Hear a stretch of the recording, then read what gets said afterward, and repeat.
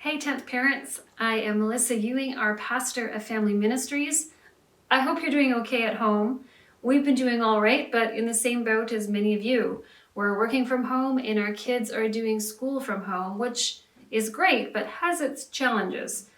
Our friend Lindsay Seeley, who attends our East Van service, has come through to support us once again. If you don't know who Lindsay is, she's done a couple of parenting workshops for us, Growing Strong Girls, the Supergirl Syndrome, really great workshops. Another one coming up, Parenting from the Periphery, that she's been working on. I'm going to tap her shoulder for that one. She's also written 2 great books. I would hold them up if I had them here with me.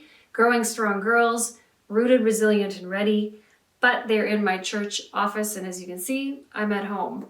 But anyways, Lindsay is great. She has a lot of great insight and wisdom to share with us.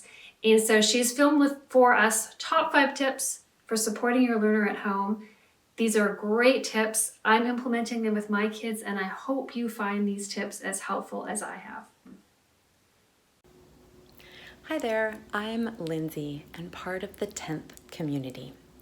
I am so happy to offer you this video, my 5 tips for learning support. I know many of you have been thrown into a very new role, that of teacher. And that can be really hard. Learning can be hard. There is stress and anxiety, and the 3 Ds I call them: disinterest, disengagement, and distraction. But I want to offer you my 5 tips. I'll go through each tip one by one. I'll explain the why this tip matters and how to put this tip into practice. I'll also upload an infographic or PDF of the entire video so you have the tools on hand. We'll upload it to the 10th website, 10th.ca, and my website, lindsayseeley.com. Before we get started, know this: there is no blueprint to teaching. There is no perfect teacher or perfect parent. There is no perfect lesson. It's really all about trial and error learning, as in keep trying. Try new ideas, different ideas, creative ideas. I know that you can do it. Are you ready to get started? Let's get started.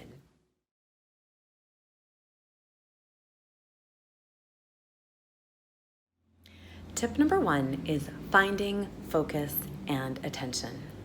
Focus and attention matters a lot because focus is the foundation for learning. If there is no focus, there is no learning. Focus helps our brain produce adrenaline. Adrenaline helps us pay attention, remember, learn, and really understand. So finding focus and attention, believe it or not, actually begins with us. We have to be focused and pay attention and really be present to the best of our ability. So this means putting away our devices, trying to put aside our stressors and our worries, and being there with our kids. To help your kids find focus and to pay better attention, let's start with creating a clear workspace so there's nothing for them to look at or play with or distract them. Let's also gather all resources. Kids are really good at distracting themselves by running to grab that book or charge their laptop or sharpen their pencil, all of which are procrastination techniques. Let's also provide them with some healthy snacks and drinks and water so they're all set up for the day. And lastly, maybe most importantly, let's help them find calm because often they're very stressed and anxious about what they're going to be learning. So this can be done with some deep breaths, some quick physical movement, jumping jacks or push-ups or jumping on the trampoline for a few minutes. And we can also talk to them about how they're feeling and some of those worries. I call them the what if worries. So often they worry, what if I don't understand? What if it's too difficult? I think we can talk them through this and we can really remind them of the growth mindset. As in, if they believe they can do it and they work hard and they're willing to take some risks, practice that trial and error learning and even make mistakes. They can do anything. Of course they can do it. So let's help them find focus and pay good quality attention.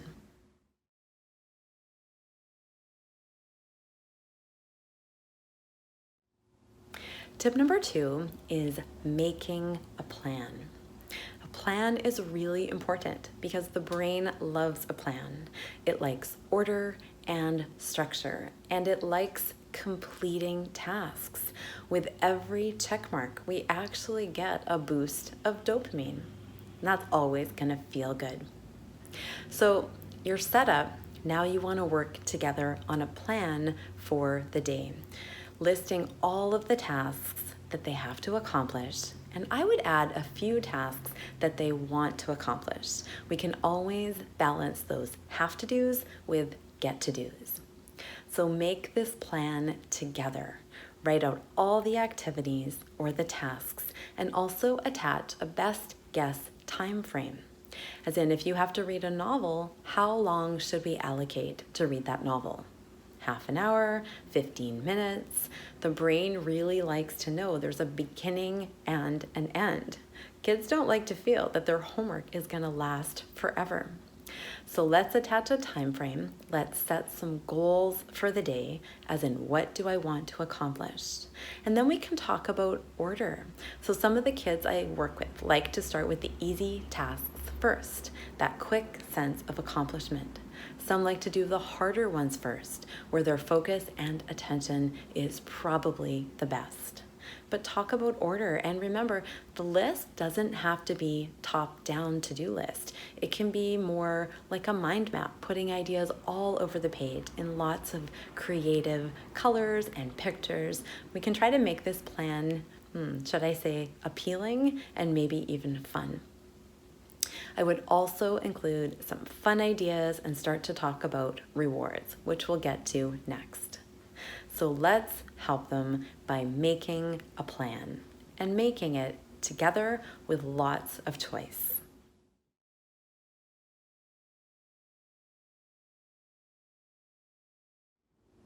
Tip number 3 is getting started. And why getting started matters is because most kids don't want to get started. Well, that's what it looks like. But more often than not, it's that they don't know how to get started. They don't know where to start. So after making the plan, I would spend a few minutes just quickly going over the instructions. Do they know what they're supposed to be doing? Do they know what the steps are, or even what step 1 is? It is not surprising that most kids either don't read instructions or directions, or they just don't understand them. So read them together, maybe a few times.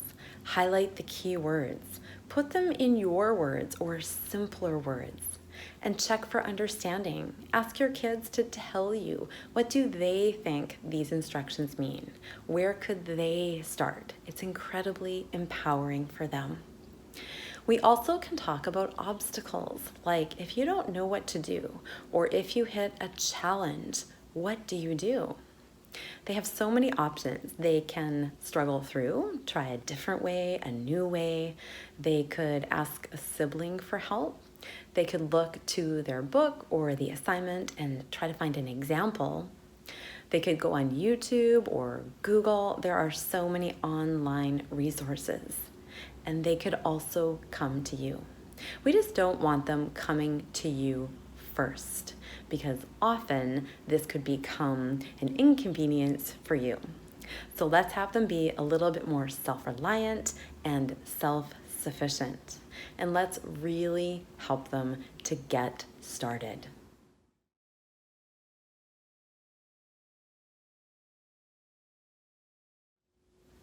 Tip 4 is called maintaining momentum.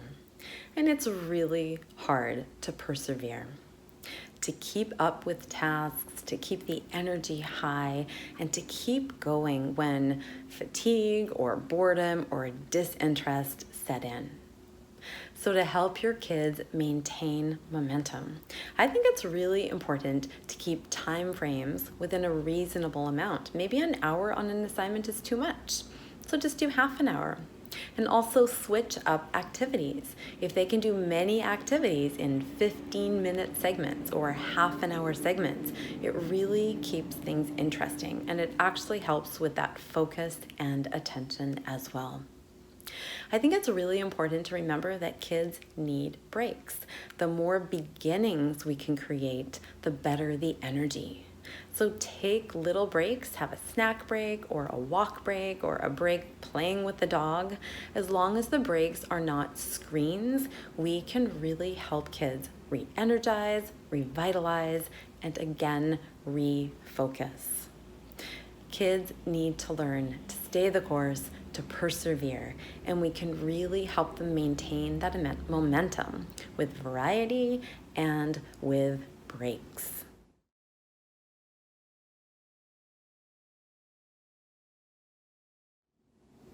Tip number 5 is reflecting and celebrating.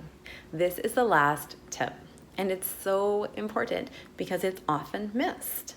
When the work is done and the checklist is completed, I think so often we just go on to something else and we don't take that time to reflect and celebrate, which is a great way to build up confidence and help kids see how accomplished they can be, how hard they can work, and how competent they are becoming. So let's take just a few minutes at the end of their workday and reflect. Ask them, how do you think you did? What was the highlight of your learning today? What was hard for you? What are you most proud of? Where did you put forth the most energy? And let's also ask them those questions so they have room to grow. What could you do better? Where could you put in more effort? How can you focus a little bit more tomorrow? These questions are great to help kids think and to become even better learners, step by step and day by day. And I think with reflecting, it's also important to celebrate. For you to celebrate them, noticing all their strengths, all their areas of growth, all of their effort and focus and energy. They need us to be their mirrors, to reflect back all the good stuff, because it's so easy to be critical and to focus on what they didn't accomplish or all of their mistakes. Let's celebrate their successes. Let's help them by teaching them to take that time, that important time, to both reflect and celebrate. I really hope that the 5 tips for learning support have been helpful to you.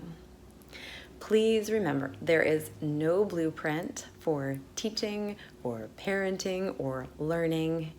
There is only trial and error experiences. Keep trying, try differently, try new ideas, try really out of the box ideas. Have fun, be creative, and know that this is not easy, but it is absolutely worth it.